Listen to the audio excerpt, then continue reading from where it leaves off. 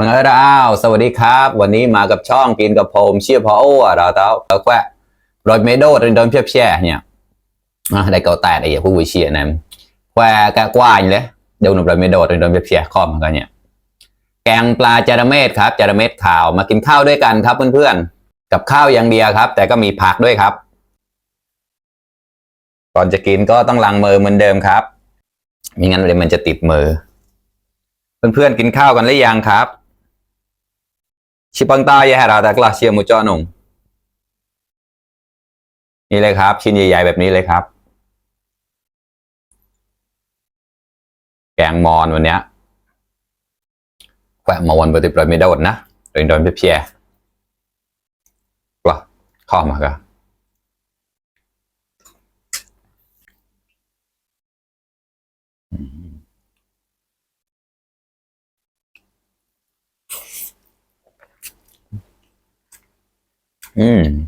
อร่อยครับ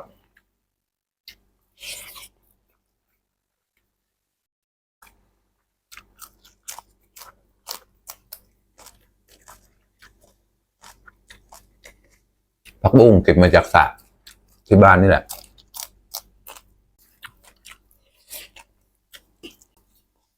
ข้อมากะร้าวมากะอร่อยมากเลยครับมาเลยครับเพื่อนๆทำไมไหนเนี่ยมีไข่ปลาด้วยครับ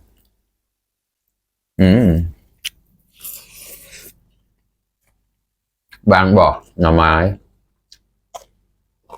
ต้ม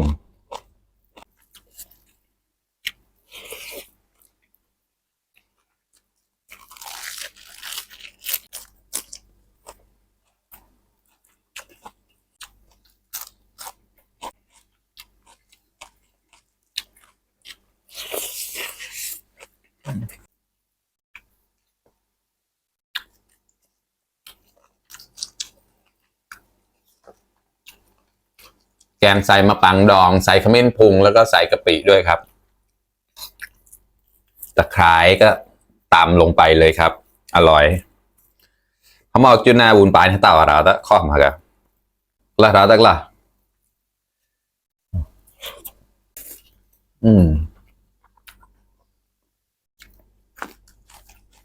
อร่อย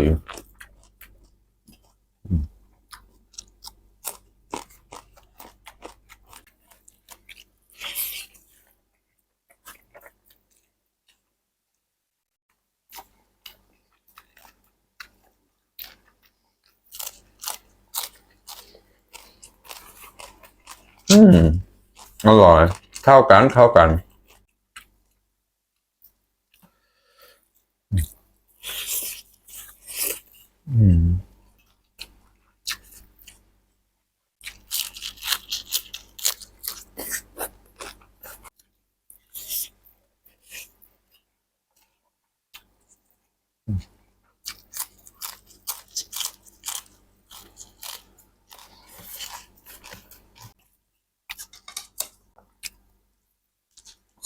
ขออนุญาตใช้มือนะครับนี่เลยครับชิ้นโตๆแบบนี้เลยแซ่บๆครับข้อมากะแต่เดี๋ยวดูเตาปะนะขอ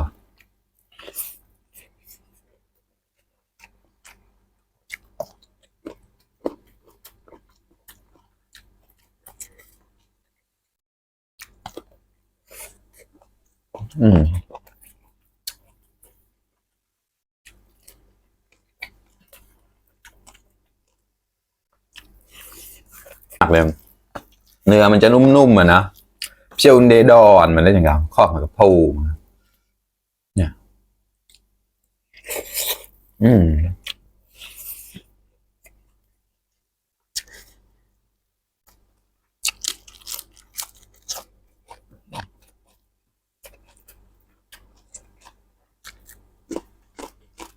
อร่อย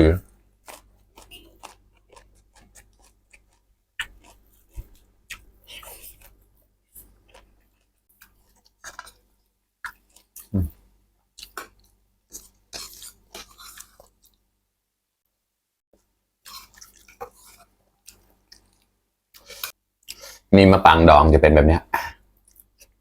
เปรี้ยวอร่อย ก็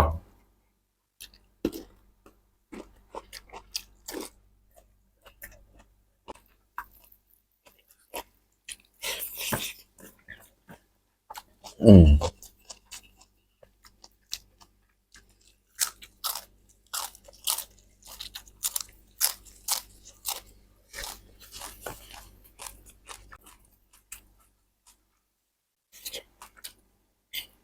ืมเข้ามาแล้ว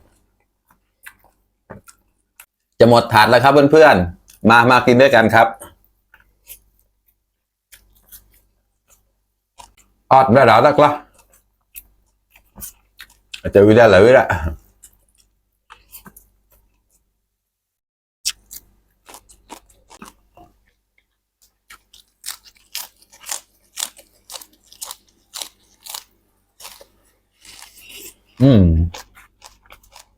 สวรรค์ก็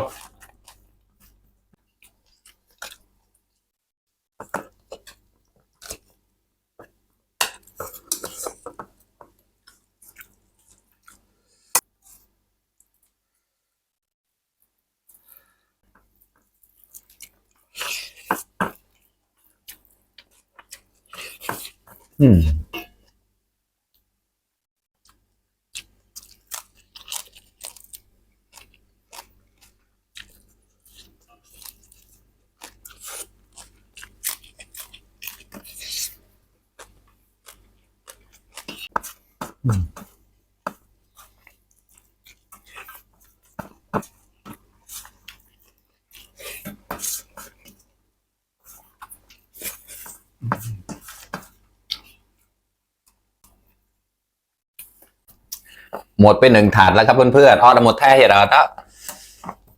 อิ่มไปอีกหนึ่งมื้อแล้วครับฝากกดไลค์กดแชร์ด้วยนะครับเพื่อนๆช่วยเป็นกำลังใจให้หน่อยนะครับไฮเดอร์ไลเดอร์แชร์นะเราต้องเลยเปิดซัมฮอตก็ตั้งเกินแล้วบายบาย